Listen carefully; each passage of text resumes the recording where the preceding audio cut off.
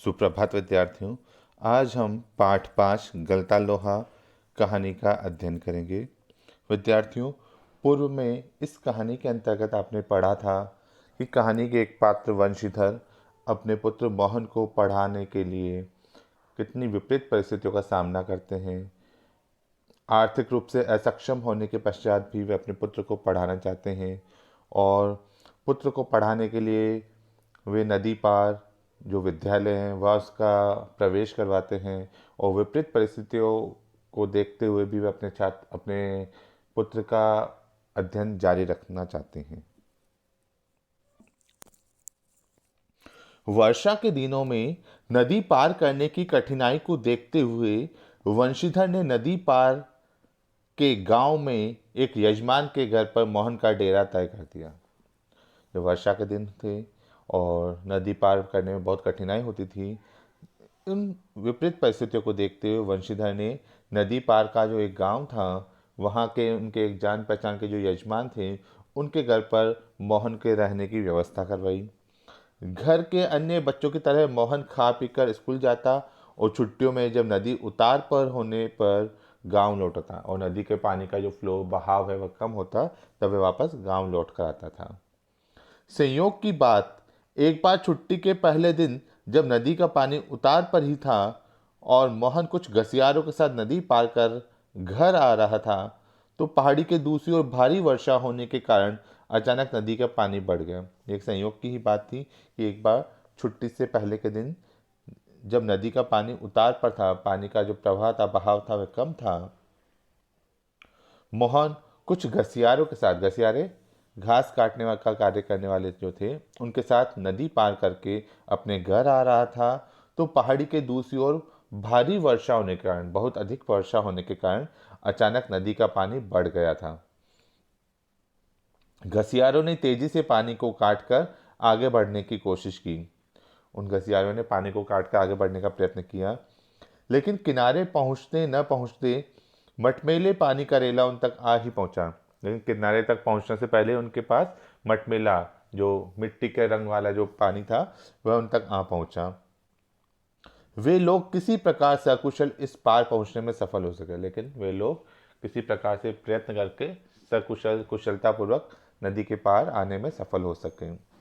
इस घटना के बाद वंशीधर घबरा गए और बच्चे के भविष्य को लेकर वह चिंतित रहने लगे। यह जो घटना हुई थी कि नदी का पानी का प्रवाह अचानक बढ़ गया था और उनकी जान को खतरा भी था, तो उस घटना के पश्चात वंशीधर डर गए और उन्होंने अपने बच्चे के भविष्य के लिए जो सपना देखा था उसके लिए वह चिंतित रहने लगे। बिरादरी के एक संपन्न परिवार का युवक रमेश उन दिनों लखनऊ से छुट्टियों में गांव आया था। उन्हीं की बिरादरी का, उन्हीं की जाति का एक संपन्न परिवार का जो युवक था रमेश, वह उन दिनों लखनऊ से छुट्टियों में अपने गांव आया था।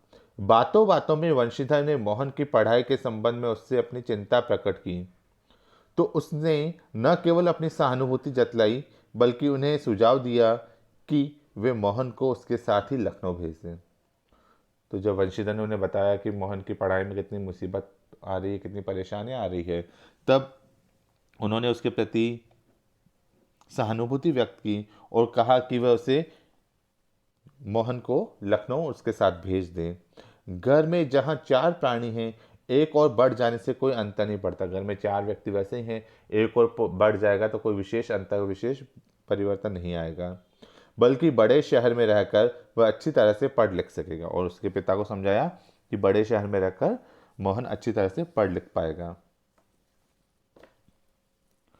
वंशीधर को जैसे रमेश के रूप में साक्षात भगवान मिल गए हो। वंशीधर को रमेश के रूप में मानो भगवान ही मिल गए हो। उनकी आंखों में पानी छलछलाने लगा, उसकी आंखें में पानी आ गया, आंसू आ गया, अर्थात वह भावुक हो उठे। भरे गले से वे केवल इतना ही कह पाए कि बिरादरी का यही सहारा होता है।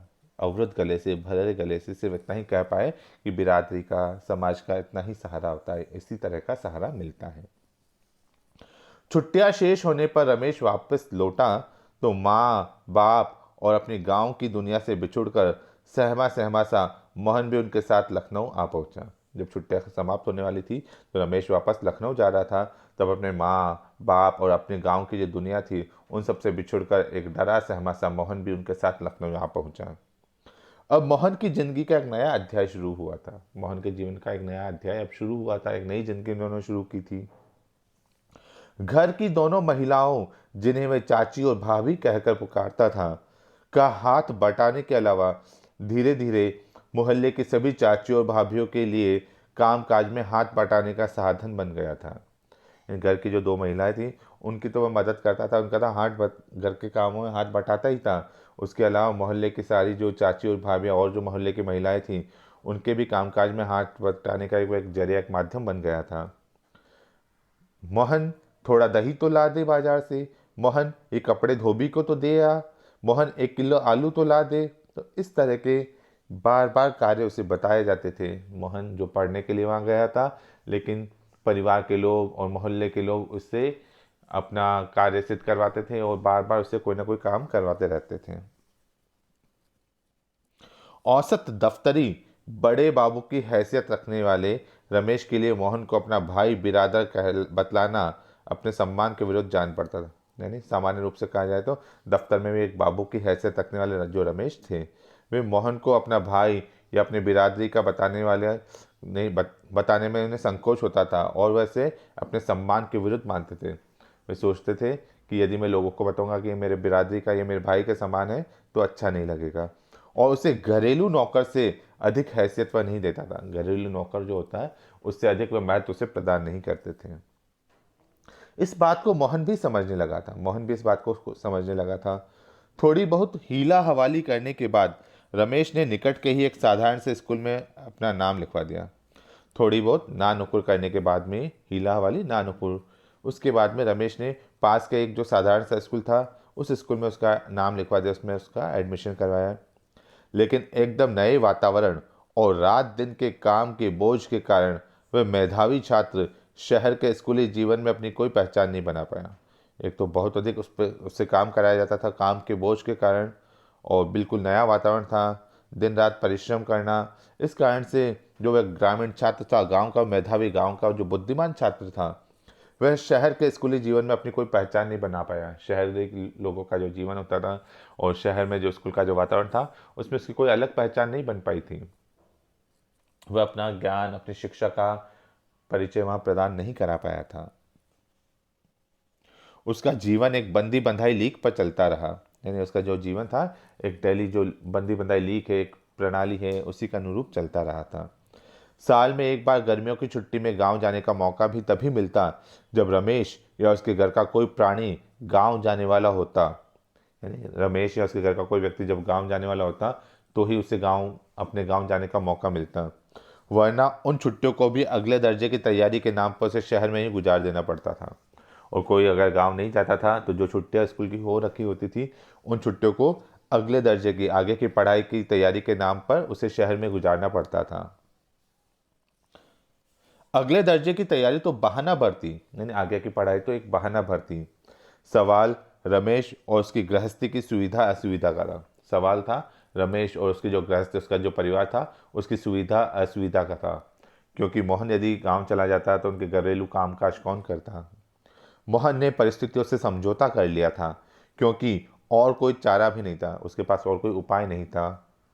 घर वालों को अपनी वास्तविक स्थिति बतलाकर वह दुखी नहीं करना चाहता था। मोहन घर वालों को अपनी जो वास्तविक स्थिति थी वह बताकर उन्हें और दुखी परेशान नहीं करना चाहता था। वंशीधर उनके सुनहरे भविष्य के सपने देख रहे थे। दूसरी ओर वंशीधर, मोहन के जो पिता थे, वे उसके सुनहरे भविष्य के सपने देख रहे थे कि मेरा बेटा पढ़ लिख कर आएगा, उसका भविष्य उज्जवल होगा, वे बड़ा आदमी बनेगा। तो इस तरह के सपने वे देख रहे थे। 8वीं कक्षा की पढ़ाई समाप्त कर छुट्टियों में मोहन गांव आया हुआ था। जब वह लौटकर लखनऊ पहुंचा, तो उसने अनुभव किया कि रमेश के परिवार के सभी लोग जैसे उसके आगे की पढ़ाई के पक्ष में नहीं है। 8वीं की पढ़ाई पूरी करके मोहन जब छुट्टियों में गांव आया और वापस जब लौटकर लखनऊ पहुंचा, तब उसने समझा, अनुभव किया कि रमेश के परिवार के सारे लोग उसे आगे पढ़ाने के पक्ष में नहीं है। बात घूम फिरकर जिस ओर से उठती है, वह उसी मुद्दे पर जरूर खत्म हो जाती है। बात जहाँ से शुरू होती वहीं खत्म हो जाती थी। कोई उसको आगे पढ़ाने का समर्थक नहीं था।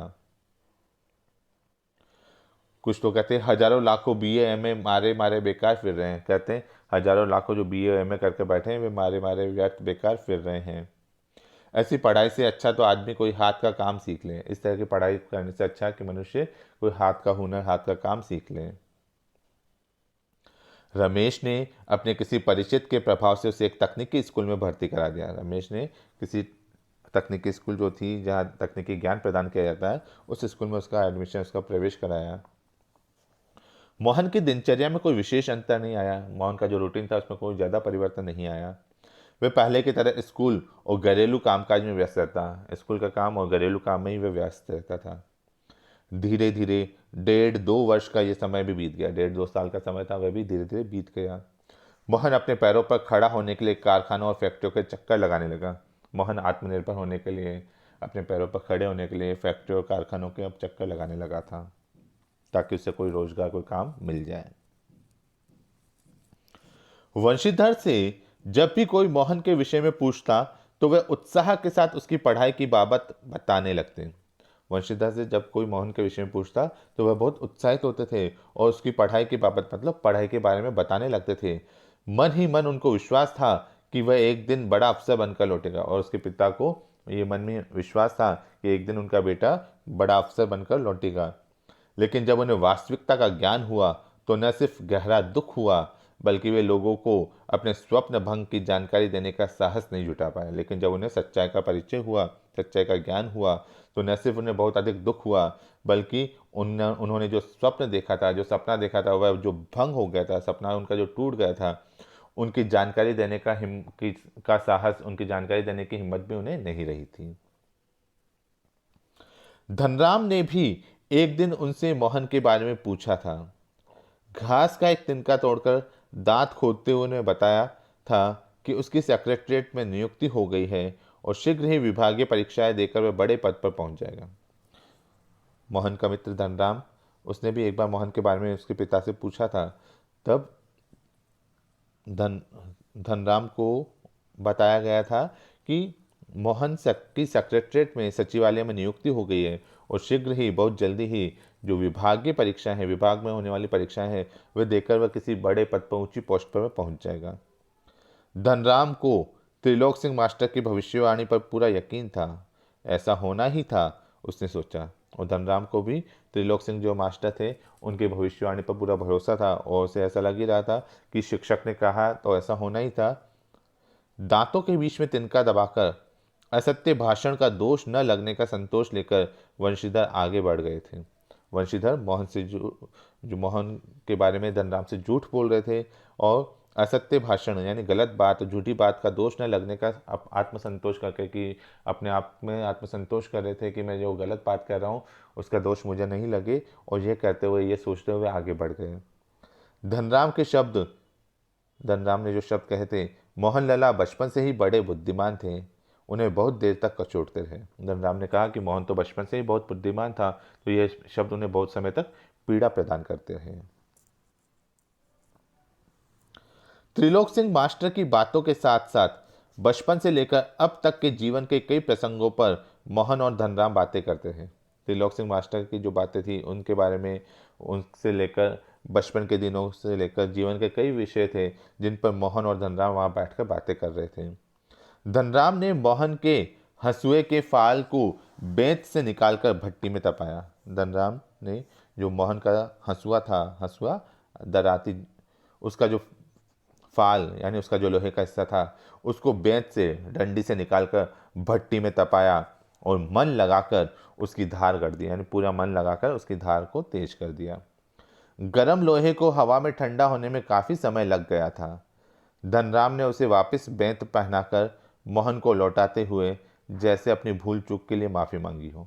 यानी बहुत समय लग गया था उसको ठंडा होने में। ठंडा होने के बाद में वापस से उसको जो हंसुए का फाल था, हंसुए का लोहे का भाग था, उसे डंडा पहनाया और मोहन को लौटाते हुए मन ही मन वे क्षमा मांग रहे थे कि मुझसे जो भूल चूक हुई है, तुम्हारा समय व्यर्थ हुआ, इसके लिए क्षमा करें। बेचारे पंडित जी को तो फुर्सत नहीं रहती, लेकिन किसी के हाथ भिजवा देते तो मैं तत्काल बना देता।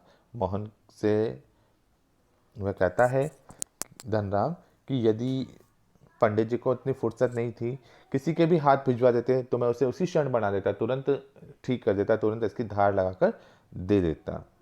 विद्यार्थियों, कहानी के शेष अंश का अध्ययन हम अगली कक्षा में करेंगे। धन्यवाद।